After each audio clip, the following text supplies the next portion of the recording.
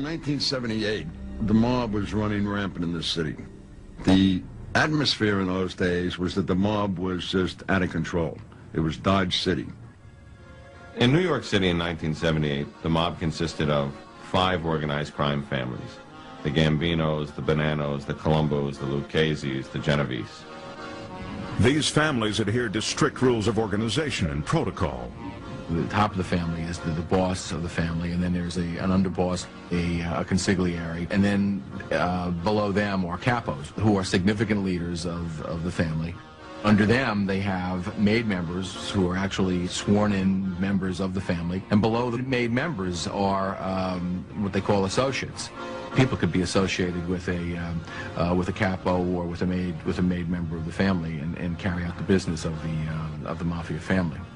One of these associates was Jimmy the Gent Burke, a lifelong criminal working out of the Ozone Park neighborhood in Queens.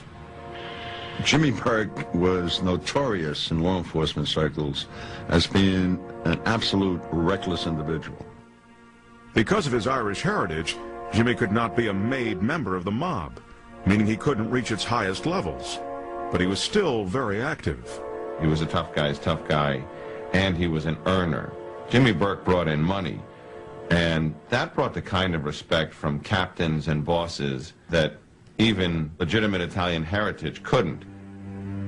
Burke headed a gang, or crew as the mob called it, that was involved in bookmaking, cigarette smuggling, loan sharking, and their most profitable venture, hijacking merchandise from JFK International Airport. In the case of Kennedy Airport, there were 2 dominant families there. At that time, there were the Gambino family and John Gotti's crew, and the Lucchese crime family and Jimmy Burke's crew, which kind of split the airport with John Gotti. Truck hijacking was rampant at Kennedy Airport. You know, we used to grab a few loads every week, just about. I mean, it was like taking candy from a baby. It was almost as if the airport was the mafia's ATM. You know, if you needed easy cash, you would go hijack a couple of trucks at the airport, and it would be a load of TVs or a load of shrimp.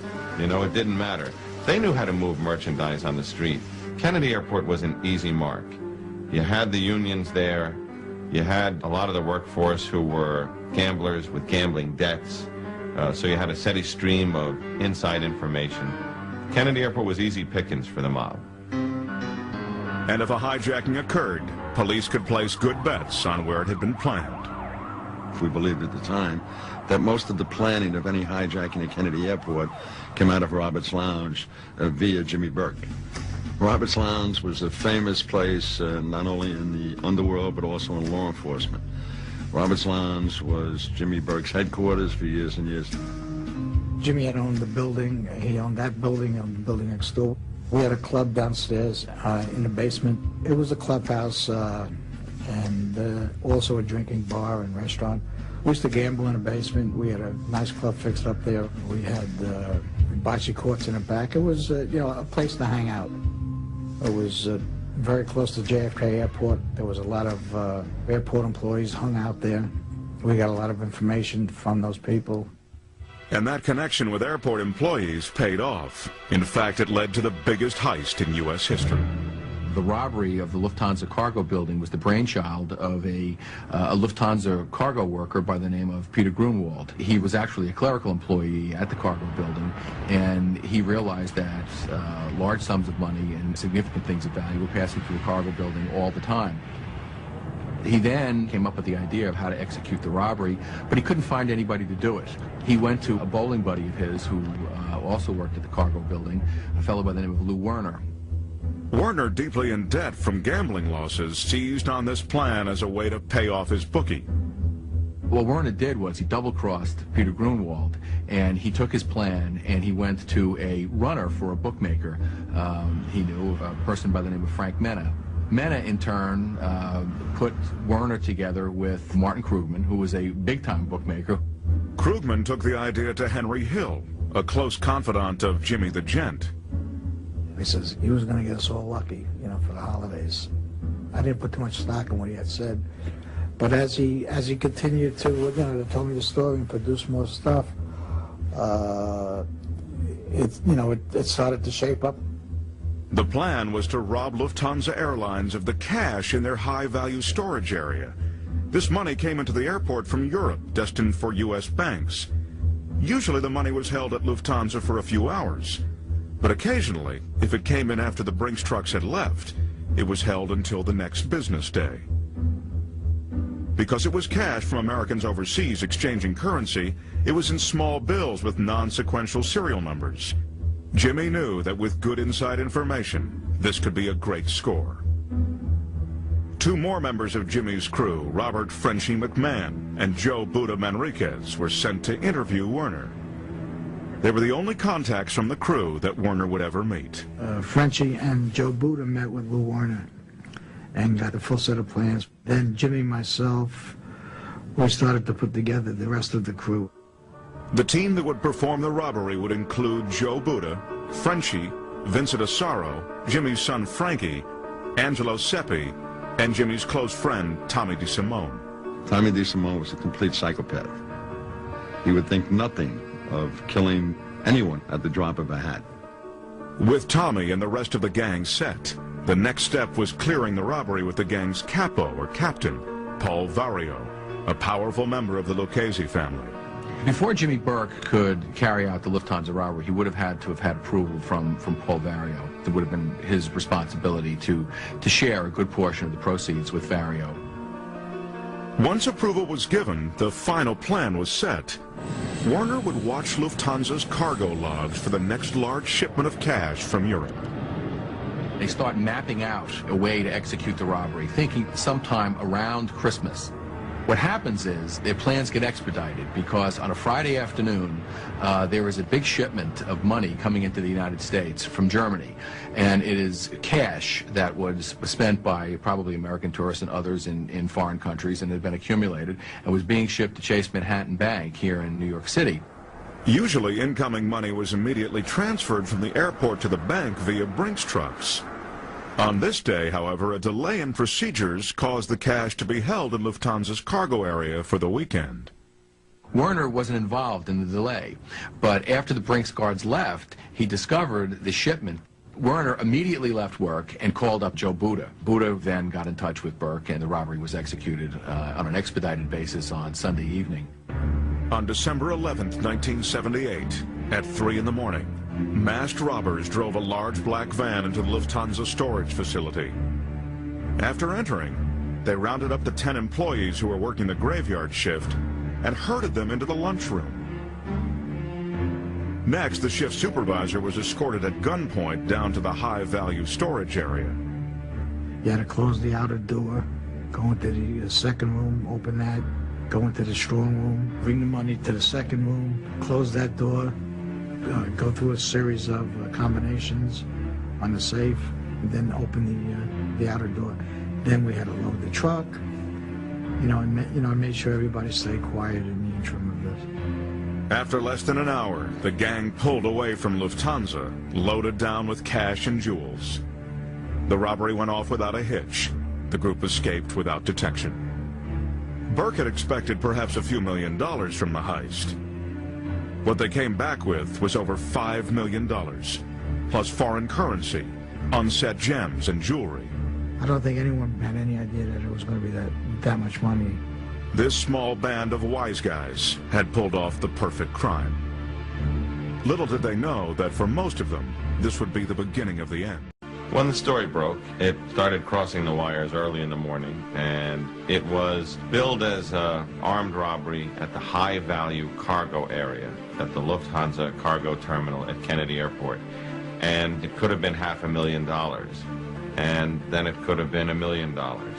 And then the figure started to climb, and we started seeing zeros that we hadn't seen in any armed robbery, that hadn't even been talked about since the Brinks job in Boston in the 50s. And pretty much before lunchtime, you knew that this was probably the biggest cash robbery in U.S. history.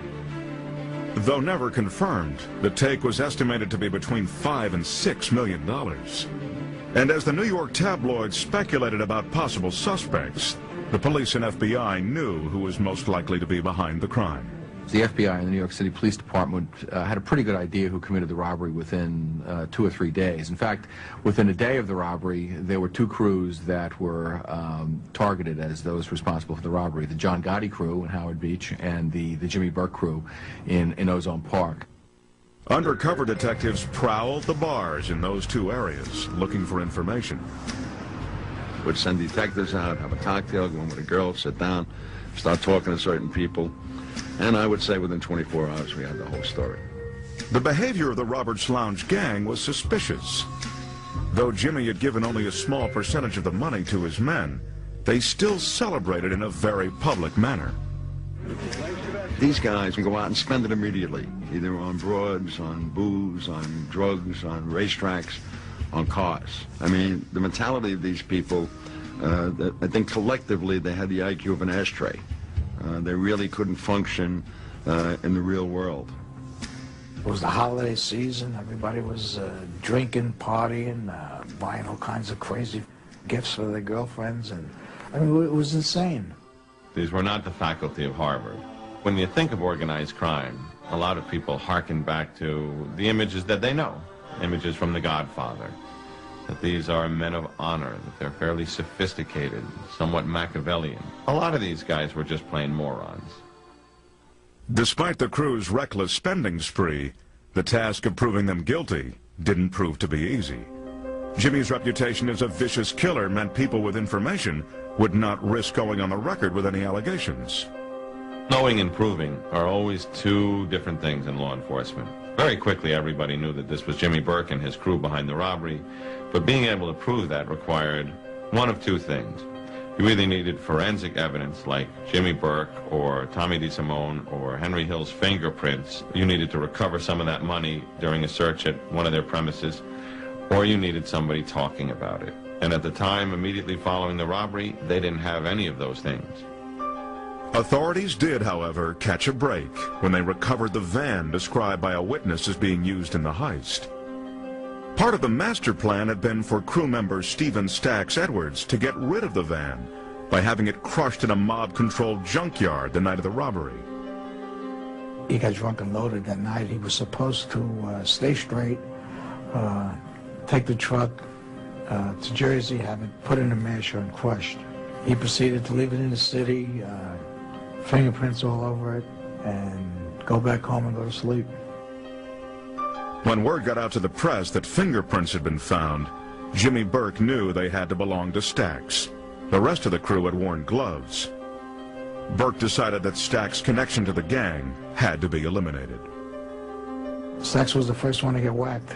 He got whacked a couple of days after the robbery. Stax lived in the neighborhood, about 120th Street, 114th Avenue. Angelo Seppi and Tommy DeSimone did, in fact, go up to his apartment. Stax was in the middle of eating, and in fact, he was in the middle of eating some form of chicken dinner, and they walked in. Tommy DeSimone shot and killed Stax with a piece of chicken left in his mouth. Soon after this murder, bookie Marty Krugman, who had brought the robbery to Jimmy, was killed. Burke was beginning to cover his tracks. Surveillance on Jimmy and his crew was stepped up. There was hundreds of feds and detectives following every single move we made. You know, they just followed us 24 hours a day, 7 days a week. These guys knew they were being tailed by the FBI. They knew they were being tailed by the NYPD. There was a running joke at the time that, you know, if you were one of the half-dozen people being looked at heavy in the Lufthansa case, if you went across the Triborough Bridge, the Triborough Bridge and Tunnel Authority made like a lot of money that day, because there was 8 cars behind you. Electronic surveillance was also used, but with limited success. Jimmy Burke was an extremely sophisticated, clever person, and was able to neutralize any attempts that we made at conducting electronic surveillance. We were unable to gain entry to his home. Most of his meetings were taking place in his home. If he met outside of his home, he was meeting in the Roberts Lounge, which was just filled with people, so that it defied electronic surveillance. What you would get was a lot of noise. You wouldn't be able to pick up any particular conversations. We put bugs in cars, but it was in the era of disco, and we got a lot of disco music. We got a lot of engine noise. We got a lot of heaters. We got a lot of people, you know, arguing with their girlfriends. Though it netted little useful evidence, increased attention did begin to cause problems within the larger structure of the mafia families. It put tremendous heat on the mob in general. The other families didn't like that. If you looked at the newspaper back then, they were reporting practically in real time. The information coming in from the street, the information coming in from informants. There was a whole lot of information out there, and that made people very uncomfortable. While law enforcement kept the heat on the mobsters, they also pursued another angle. They began to focus on the suspected inside man on the job, Louis Werner. The first step in that process was to target Peter Grunwald. We got information from people that Grunwald had actually come up with a plan. McDonald's office convinced Grunwald to testify against his old friend Werner. That, coupled with testimony from several other people that Werner had bragged to about the crime, gave prosecutors a very strong case. On May 16, 1979, Louis Werner was convicted for his role in the Lufthansa heist. Even with the conviction, however, Werner refused to cooperate with authorities in their pursuit of the Roberts Lounge crew. Somehow, this guy was under the delusion that his conviction was going to be reversed. It was, in my view, it was a slam dunk, and he was given a bump steer by somebody. Meanwhile, Burke's murder spree continued. The night that the jury returned its verdict, Frenchie McMahon and Joe Buddha were executed. Their bodies were discovered the next morning in the Canarsie section of Brooklyn. Besides eliminating potential witnesses, Burke's murderous actions were also motivated by dollars and cents.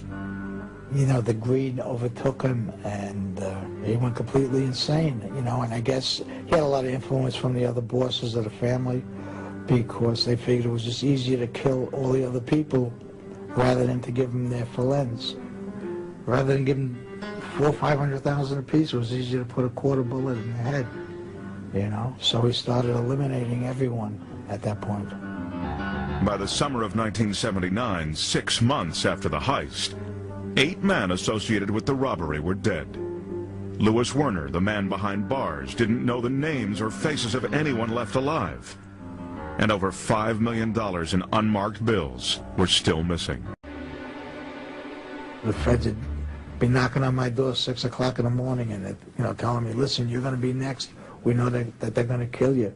Every time another body would show up, they'd be knocking on my door, you know, interrogating me. But throughout the investigation, one of the obstacles in cracking the case had nothing to do with organized crime at all. The FBI and the NYPD did not get along, particularly at that time. In fact, most local police departments do not get along with the FBI, and ironically, most other federal agencies don't get along with the FBI, because the FBI is very territorial. We say they name streets after them, one way. They want it all, and they give nothing back. I actually attended meetings with an FBI supervisor and a New York City police lieutenant where they would not speak to one another. They would only look at me, and if they wanted to address one another, they would ask me. They would tell me what they wanted to say to the person who was sitting next to them. But both sides wanted to solve this high-profile case. In the spring of 1980, they finally got the big break they'd been waiting for. Henry Hill, who was a very close associate of Jimmy Burke's, was arrested by the Nassau County District Attorney's Office on 6 narcotics cases. Though he was facing a lifetime in prison, Hill still had to be convinced to turn state's evidence against his crew. The feds finally convinced me that, I mean, they told me that they heard it on wiretaps that I was going to get whacked. You know, you're a part of an organization all your life. You know, there was many times that, you know, I put my life on the line for those people. They put their life on the line for me. I figured that I was more important to Jimmy and Paulie.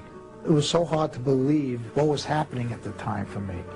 You know, that everybody was getting killed, and how ruthless these people really were. I started to realize that it was money, it was the greed that, you know, that was making them do this. And, you know, little by little, the more people that got killed, you know, the more I started to realize that, you know, I just might be one of them eventually. Because most of the witnesses that could corroborate Hill's leads on Lufthansa had been killed, Prosecutors focused on another strategy to put Lufthansa mastermind Jimmy Burke and his boss Paul Vario behind bars.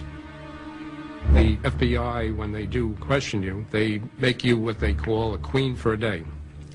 And a queen for a day is their terminology that if you're going to roll over or give evidence against somebody, you have to tell us everything you ever did or you were involved in. If you leave one iota out, you will no longer be queen for the day. You will be charged with that one crime. Henry Hill testified to all of the hundreds of crimes he had committed over the last 30 years. Those crimes often involved Burke and Vario. This was Ed McDonald's chance to nab the elusive mobsters. It's often called the Al Capone syndrome. If you don't get them on one thing, you get them on something else. But even with Hill's testimony, there was no guarantee that a jury would believe him. Henry Hill was an unusual witness, and his performance was very unusual. It was unusual in the sense that he was an easy mark for the cross-examiner. He was utterly despicable, utterly reprehensible. He had no redeeming qualities.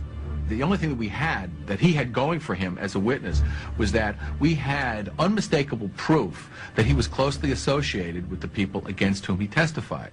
I was sitting there watching Henry Hill disintegrate on the witness stand, but at the end of the case, we were able to argue that if Henry Hill was so bad, what were they doing hanging out 24 hours a day with this lowlife? And so the more they cross-examined Henry Hill, I think the worse they made it for themselves. So in the long run, Henry Hill was a very effective witness.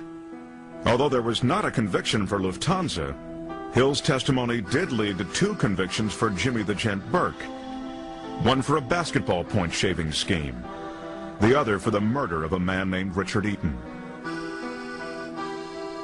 Capo Paul Vario was also convicted on charges of racketeering. On May 3, 1988, the 75-year-old mob boss died in a Fort Worth prison. Almost 8 years later, on April 13, 1996, Jimmy Burke died behind bars at Wen Correctional Facility in upstate New York. Neither man ever confessed to being part of the Lufthansa heist. With Jimmy Burke's death, one question still remained unanswered.